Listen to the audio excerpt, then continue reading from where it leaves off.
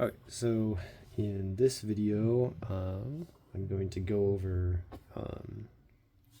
I guess the guts of the mixture control solenoid. And I'm going to also talk about a mechanical failure that I found. I guess it was part of like a troubleshooting thing. In fact, I should probably get into that first. Like before I talk about the guts of this solenoid, I should talk about why I'm here in the first place. Basically, I rebuilt a Hitachi carburetor, put that on my vehicle, and generally it idled fine, and low speed driving was okay, but I noticed accelerating from a stop, I'd go through the gears. I'd go through like first gear, second gear, and then usually by the time I'm in third gear, I'd be at about 30 miles an hour, and then the car would start to like stumble. It would be like it kind of like sounded like it wasn't firing on all cylinders. Did a bit of troubleshooting. The car was running fine with the old carburetor that I had, so I was assuming that it was probably something to do with the rebuild unit. I did do the usual, like check for vacuum leaks, check ignition timing, that sort of stuff. Like the other parts of the engine were all, I think, in pretty good shape. But I found that this is just for reference. I was able to prevent the stumbling happening by manually. I just kind of like stuck a magnet on this lever right here to kind of like hold the choke closed, and if I drove around with the choke in like roughly maybe like this position, not fully open, basically the stumbling would go away. So I'm like, okay, there's something going on with the primary circuit. There were a couple other things I tried, but the thing that made me want to take apart one of these solenoids and figure out what's going on is basically, okay, so if we look over here, there's two holes, right? So fuel goes in this hole, and then it comes out through, well, there's normally supposed to be a jet in here, but fuel comes out here. And if I pushed air through this hole with the solenoid operating, I think it operates at like 14 something hertz. So pretty, whatever. Basically, you should be getting you should feel like a pulse. But if I blew air through here, I wouldn't get a pulse. But if I tried to suck air through this hole, then I would get a pulse, which is like very unusual. Also, when I took my solenoid, this is the one that was originally in the carburetor. When I took it off, I noticed that sometimes both this passageway and this passageway would be blocked at the same time, and that's not how this is supposed to operate. When the solenoid is like off or not energized or whatever, basically these are a bunch of bad words. Anyway, basically this is supposed to be open, or this passage is supposed to be open, but not both at the same time, and they're not supposed to be closed. So I'm like, okay, this is some unusual behavior. So that led me to try and figure out what the problem was. And I think I found it, but let me just go back to discussing like what's inside of this thing. So it's pretty simple. Basically the first thing I did, let's see here. So like this cap is crimped onto this barrel, but not all the way around. So I went ahead and took a Dremel tool and just cut off the sections that had been crimped, and that allowed me to take this whole top piece off. From there, I know that allowed me to pull the coil straight out. It's just a slip fit in this barrel. You can literally just pull it out. And then behind, basically after you take this piece out of the barrel, then this little wave spring looking thing will fall out. It just kind of goes in like that. So it's like I pulled out the coil, and then this. Oh, come on.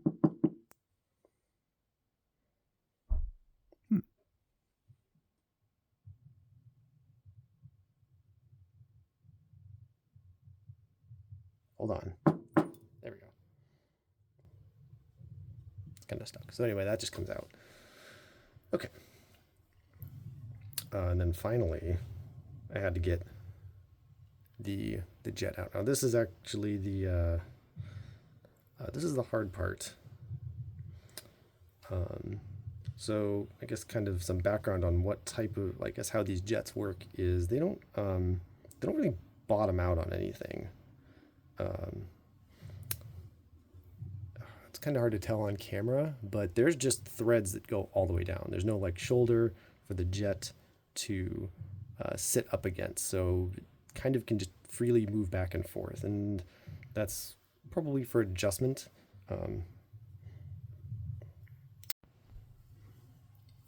Okay, I'm back. Sorry, yeah. So what I was talking about was removal of the, I guess, the fuel jet. So anyway, since this jet doesn't really sit up against any sort of, since there's nothing to like stop, or I don't know, how would I say this? Since you can kind of like screw it in and out however you want, you pretty much you have to use some sort of thread locker, or just some sort of adhesive. And unfortunately, Nissan used something that was very strong. I'd probably say it's similar to like Loctite Red, maybe, because there's no way. In fact, you can look here. I came really, really close. I mean, this jet is, I wish I could get a replacement, but I can't. Although I guess the jet is still sort of intact, but it was pretty gross. I almost did not get it out. Now, of course, that's a problem because, or I guess, how would I say this? It's like, oh, why not just use a torch? Well, I did use a torch, but it's really hard to do. I mean, I had already taken the coil out, but hypothetically, if you just wanted to remove this lower jet, it's like, well, you could try applying a lot of heat to this part of the solenoid, but it's also right next to a coil, and there's a lot of plastic and even a little bit of rubber at the bottom. So that's not really an option. I also tried using a soldering iron. That couldn't really seem to get this hot enough. Again, I was able to finally get it out. I guess I maybe softened the adhesive enough, but it was still like really, really troublesome. Yeah, but overall, anyway, that, we'll just say disassembly is pretty hard. I didn't even bother trying to take out the air bleed on the top, just because I don't really think I need to. So I'm not gonna mess around with that one. Okay. Yeah. So after taking all this apart, I guess the operation of this thing is pretty simple. I have these kind of laid out in 2 rows here. So the top is just like, we have the barrel, we have the coil, and the little wave spring. But down here in this lower row, this is kind of like, I guess you could think of it like this is how the inside of the solenoid is set up. So you have this kind of steel rod, like a plunger on the end of it. So at the end of here, there's a little plunger that kind of will seal off this passage, and this goes inside of the coil. So when you, I guess, energize the coil, that will pull this metal rod down like this. This is an exaggeration. It doesn't move quite this far. It only moves maybe, I don't know, like a millimeter. I have to measure this, but it'll move this piece down, and that pushes on this rod. This rod sits in the, if you look inside the barrel here, I'll get a flashlight.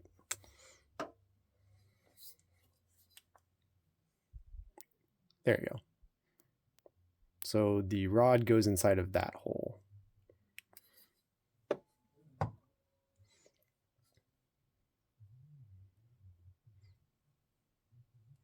So again, this rod here pushes on this rod, and this is attached to this other kind of plunger looking thing. This, and they are separate pieces. It's kind of fun. And the spring goes around this. That. And then the jet sits like this. So when it's inside of the, so when all of this is inside of the mixture control solenoid, it looks like this. And basically this piece here blocks off the fuel flow, like this.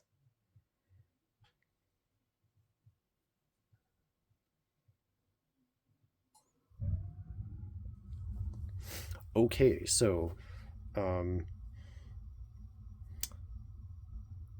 I was assuming that there was some kind of a blockage in the lower part of the mixture control solenoid, just because both the upper, I guess the air bleed and the fuel jet were both blocked at the same time. I thought there was maybe just some debris or something. I don't know. But I somewhere along the line I decided I should probably buy like a new mixture control solenoid. You can't really get any, can't get any for the Nissan 720 anymore. They've been out of stock for a long time, but you can get mixture control solenoids for Nissan Sentras pretty easily. I think this one was like 40 bucks. This is really cheap. They're not directly, I mean, there are some parts that are interchangeable. I'll show you that in a second, but I mean, you can't just like take this and put it in your truck without modification. I'm not going to get into that right now, but I wanted to disassemble a new one and see what it looked like, see if maybe there's like some additional parts that I was missing out of maybe, or I guess I just wanted to see what was different, or see if there's something that was maybe defective in my solenoid that I didn't immediately notice, and that's what I found. So this is kind of interesting. So when I took the Nissan Sentra solenoid apart, I found out there's actually an extra rubber piece that's bonded to this metal plunger. It's a little hard to see. It's either like very hard or very soft plastic or very hard rubber. I'm not sure exactly what it's made out of. It kind of reminds me of one of those rubber needle valves that you get in your your carburetor repair kit. It has like a rubber tip. It's kind of reminds me of that. But you'll see that on the mixture control solenoid that I took apart, there isn't one. Now, I probably just didn't notice that rubber piece because I was not expecting it. So I probably thought it was just maybe some dirt or something and it went in the trash can. I wish I had the original one. Keep in mind, this solenoid, the one that I have apart, was never on my vehicle. The one that is causing problems is this one, and I have not taken it apart yet because honestly I'm kind of afraid I'm going to break it. I still haven't figured out a good way to get this jet out without potentially breaking it. So I gotta think a little bit. But something that I noticed is that you can kind of, it's kind of hard to, let's see if I can get a light here. If you look here, like, there we go. It's kind of hard to see, but the color at the bottom, like there's kind of like a black color, but that doesn't make any sense because it's like, oh, well, the side of this piston or this rod is silver colored.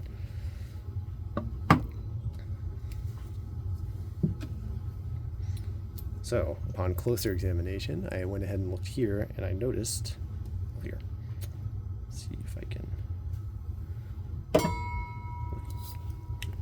lighting, you can see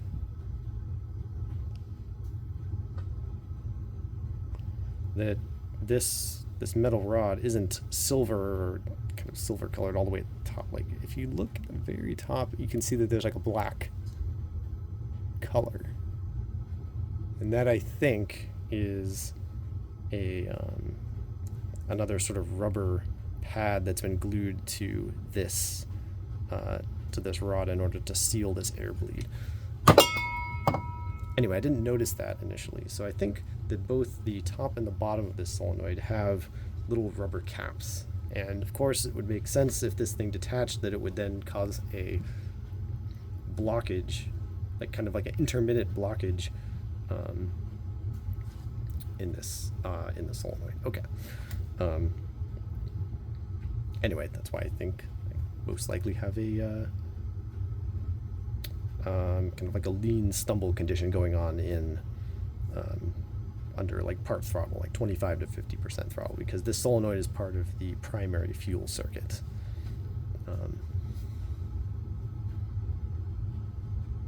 Yep. So I'm going to be, I guess what I'll do next is I'll be reassembling this solenoid with parts from, or I guess with the new plunger from the Sentra solenoid, and then putting that in the truck, and then we'll see if that fixes the problem. But overall, pretty interesting that, you know, both of the old original Hitachi mixture control solenoids seem to have potentially failed in the same way. Like electronically, they're fine, and it's kind of a hard issue to spot because they both click, and if I blow in a certain direction, like if I blow if I blow air through one direction, I get like a nice pulse. It's only if I blow in a specific direction, which happens to be the direction of the fuel flow, where I won't get a pulse. So, yep. Anyway, that's all I have for now. Hopefully this is kind of useful. Like I didn't do a super good job explaining this one, but I don't know. Anyway, yeah, that's all I have for now.